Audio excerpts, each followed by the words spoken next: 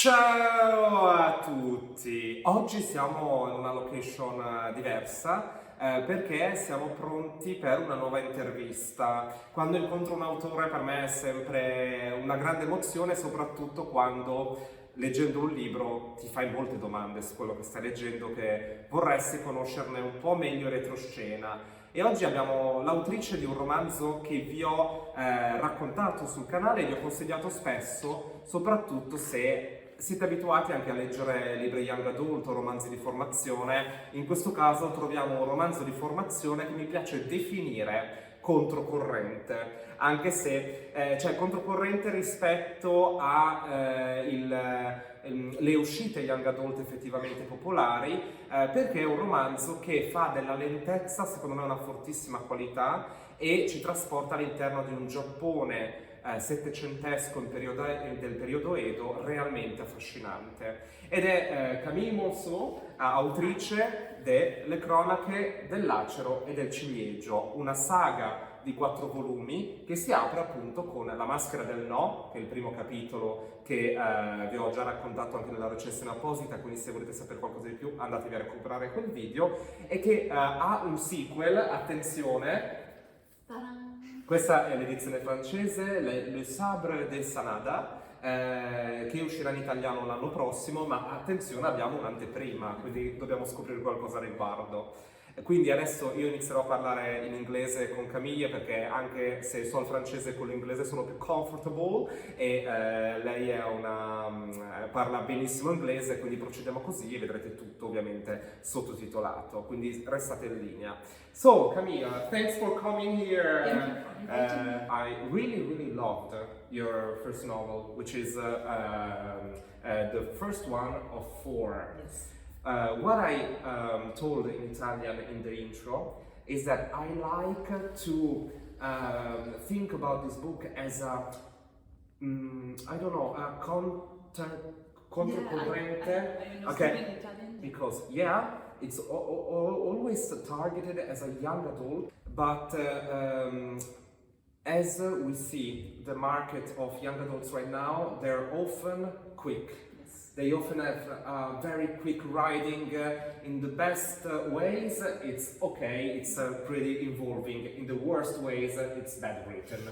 Okay, your book is completely different, and I was really fascinated by that because we really feel the description. We get lost inside this beautiful description, especially in the first part, but also after, when the action is coming. There are a lot of moments where you're pretty focused on description and atmosphere, and I was really amazed because you're not afraid to slow down. And that's a thing I really loved about your book. So I wanted to ask you where this style of writing comes from. First of all, I'm really glad that you enjoyed the lentezza. You said Lentezza, yeah.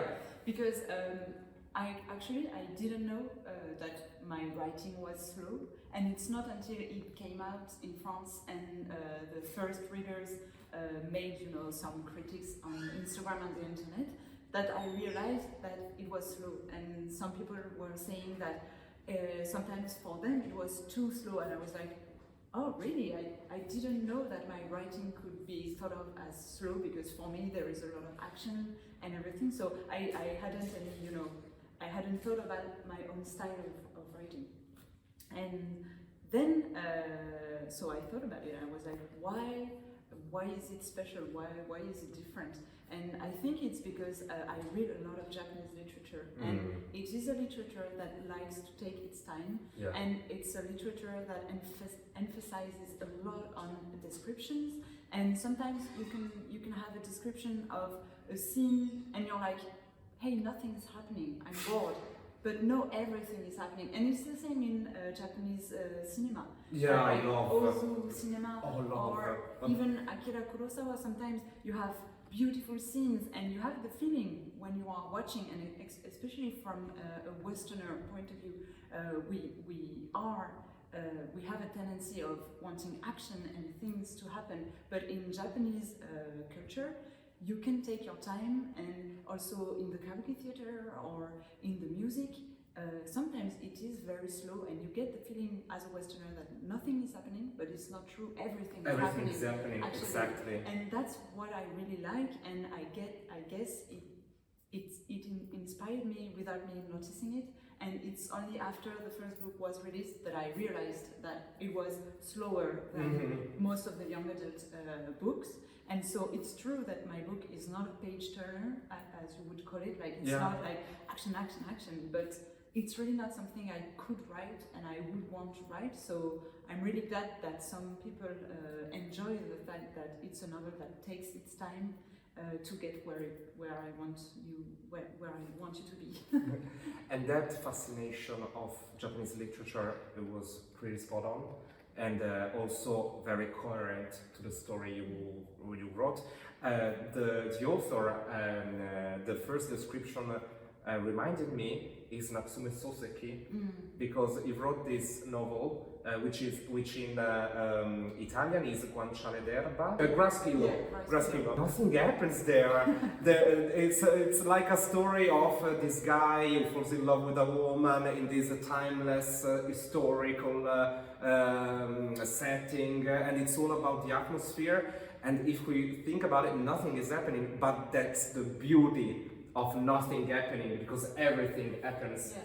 And it's such a beautiful way to start the book, because in fact we are not moving in the first part of the book, because Ichiro, which is the main character of the book, is living in its little oasis, I think, because for his first 12 years of life he just lives in this nature with the two big characters who are the master and the governess, Oba. I really loved Oba. Very, very nice character. And that's all his world. And that feeling of loneliness, but also of growing up in such an isolated place, it's really served by your writing, and that's really powerful. And one thing I wanted to ask you is that Ichiro is a very interesting character to me, because it's not a common hero. When we think about heroes in young adult, even if they're completely different world, we imagine like Katniss from Hunger Games and that kind of people. But Ichiro is fragile. He's a fragile man. And that's it was really interesting to read, because it's so uncommon. And so I wanted to ask you how Ichiro came up, and how his fragility and also naivety came from. In young adult literature, whereas it's a woman or a male character, often they are super badass. And they can be hurt and they can be stabbed and they don't suffer. And recently I read the Bone Season by Samantha Shannon. Okay. I loved it. It was amazing. But like the hero, she's a girl. She's so badass and she can get stabbed and burned. And who cares? And she doesn't need to go to the hospital. She's so strong that she doesn't need to go to the hospital. And I didn't want to write that because I think in a way, and especially since I chose to write from a male point of view, I didn't want to have that stereotypical male character who is a samurai and who is super strong and actually who is completely inside the toxic masculinity as we know it nowadays. And that's why I wanted to take a counterpart on this stereotypical character and write about a young male samurai who is fragile and who weeps and who doesn't really know how to deal with his emotions, because he wasn't raised to deal with them, so he doesn't know how to, he doesn't have the keys, and that is going to be one of the main things he's going to learn to do during his journey, how to express what he's feeling, how to express his love, how to express his anger without just, having a tantrum. And one of my inspiration is fantasy. I love fantasy literature, and one of my favorite writer is Robin Hobb. I don't know if you know of her. She's amazing, and she wrote, I don't know the title in English, even though I read it in English. It's the Assassin trilogy, and basically the hero is a guy, but every time in her novels the heroes are anti-heroes. They never get to be king or the most powerful person in the kingdom. They are never like Harry Potter, who in the end defeat Voldemort. They always stay behind in the shadows. And I wanted to write from that perspective. I wanted to have a character who doesn't get to be the strongest badass samurai in the world. And you also have that in the shonen, in mangas, like Naruto. All of this historical atmosphere, whether it's with knights in Western imaginary or samurai in Japanese imaginary, it's really linked with with violence, with toxic masculinity, as I said it already. So that's why I wanted to write something a little bit different. And Ichiro is going to ask a lot of questions about the way of the sword. Why does samurai and only male get to have a katana, a weapon? And why does only a certain type of persons in the society get to use violence against other person? Why is it fair? Is it fair? And so he's going to question that. Also ethical. Yeah, also ethical. Yeah, exactly. And I think also from this point of view, I can understand, but as also I think Ichiro is a great character also for the younger ones, because it's a lot more deeper to meet a character who feels just like them, because at that age, you know, teenagers feel like that, and they also feel fragile when they're not. So it's also nice to read someone. I'm 30 and I feel fragile. Yeah, of course, everyone is, or everyone has his own fragile sides, you know. But I also found that the character of the master was also interesting, because it's like, incoherent in some ways, because he is like strong and raises up and go like that, but he lives outside of the world. So I asked myself while reading, okay, so he's like raising up his kid and with exercise and stuff, but he lives outside. So it was a really fascinating character for me, and how this came up. Yeah, Ichiro is going to be really pissed at his master, because he's like, why did you teach me everything if you didn't want me to live in the real world in the end? I mean, it makes no sense. But yeah, I love the character of the master. There were several versions of him while I was writing. I think in the first version of the book he was a bit, he was tougher, he was a bit meaner. And when I rewrote, because it's a lot, writing is just writing and writing and writing over and over again the same thing you already wrote.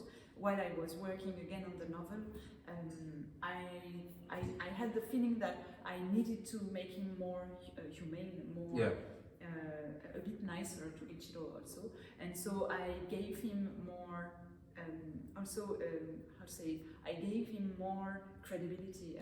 He was just one-sided in the first version of the novel. He was just the master, a strong samurai, very strict. And in the second version of the book, he was just more 3D character. Like he had, because nobody is just one thing. You have several sides, and so I gave him incoherences, and also like a bad temper. And we saw like he's very strict, and he's very like, you should do this, you should do that. But then he sometimes acts like a baby, because he has a lot of unresolved issues.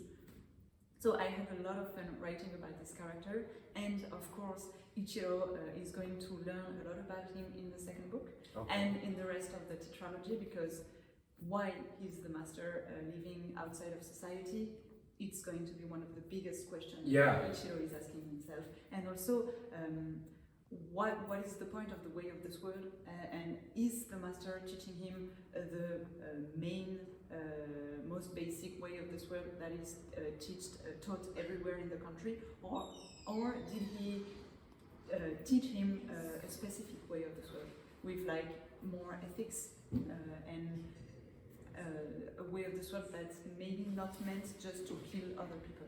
So that is also going to be one of Ichiro's quests throughout the books. Wow, okay, I'm pretty curious about it because it's one of the biggest things I was asking myself too, but it was part of the fascination. But the biggest part of the fascination to me in the first book was also the world of Japanese theater, because I found that also this inspiration was original, because or something, it wasn't so common, because of course people who are interested in Japan know perfectly that theater is a solid base in Japanese culture and art, but it's maybe the last thing I imagined someone would consider when they want to set historical fiction in Edo period Japan. So I thought that, oh my god, I love this part where he enters into Edo and found fascination for kabuki, and then he also knows the no theater through the most enigmatic character of all time, maybe, which is Inahime. She's this girl with the maskara del no on her face, and she has the most mysterious background, but of course I won't reveal it because it's part of the drama in the last section of the book. So theater is one of the most powerful settings here, and one of the most interesting ways to talk about history of Japan.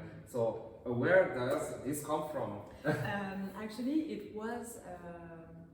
I had to write about theater because Hinahime, the girl, wears a mask. Yeah. And so it was a great way of introducing theater. And then the more I wrote and the more I did my research, the more I got the feeling that writing about theater would be an amazing way to introduce a lot of different characters, and to introduce the world of prostitution, and to introduce the world of merchants, and also to show the big cleavage, the gap that was growing between the samurai and the aristocrats and the rest of the population, the more popular castes, the like you and I persons. And it was a great way of showing that there was really a gap growing up, and it was a thriving art at the time, especially kabuki, because it was completely new. The first novel is set of like at the beginning, 1600. Oh, 1600. Yes, until 1614. And the kabuki theater was born in 1612. Okay. So at the time of the book, it was 2 years old, that art. So it was completely new. And so I had a lot of fun writing about it, because I could not do everything I wanted, but almost. Yeah. Because I could imagine, and because it was completely new and so changing a lot. And so I think like the kabuki we know nowadays in Japan is completely different from what it was at the time, because I think every theater had its own specificity, and so it was ever changing, because it was really being transformed. It was beginning to be the most popular art form in Edo, and it was really specific to the merchants. And for Ichiro, who grew up in the countryside and who doesn't know anything about society, it was a great way to encounter new characters who are going to teach him a lot about the city and the ways of the city. And also, it's a great way for him to question the way of this world, because on the scene, on stage, he's going to impersonate a great warrior, Minamoto no Yoshitsune, who is a very well-known, legendary character of Japanese history. And he, who was educated as a samurai, but who arrives in Edo, and he's nothing. He's a vagabond. He has no ties. He has no family. He has no money, no connection. He arrives on stage, and he cannot be a samurai anymore in real life. But on stage, he gets to be a samurai. And so, what does he feel? What is the difference between fiction and reality? It was really a lot of fun to write about this. Wow. And another thing I was also focusing about while reading is that I found it really interesting the fact that the first encounter with the real world he has is theater, because he needs to know how to act through people. Yes. Yeah, exactly. And he starts also acting outside of the theater because he gets new identities when meeting up. So I thought, oh my God, that's really fascinating. It's like a big metaphor of growing up.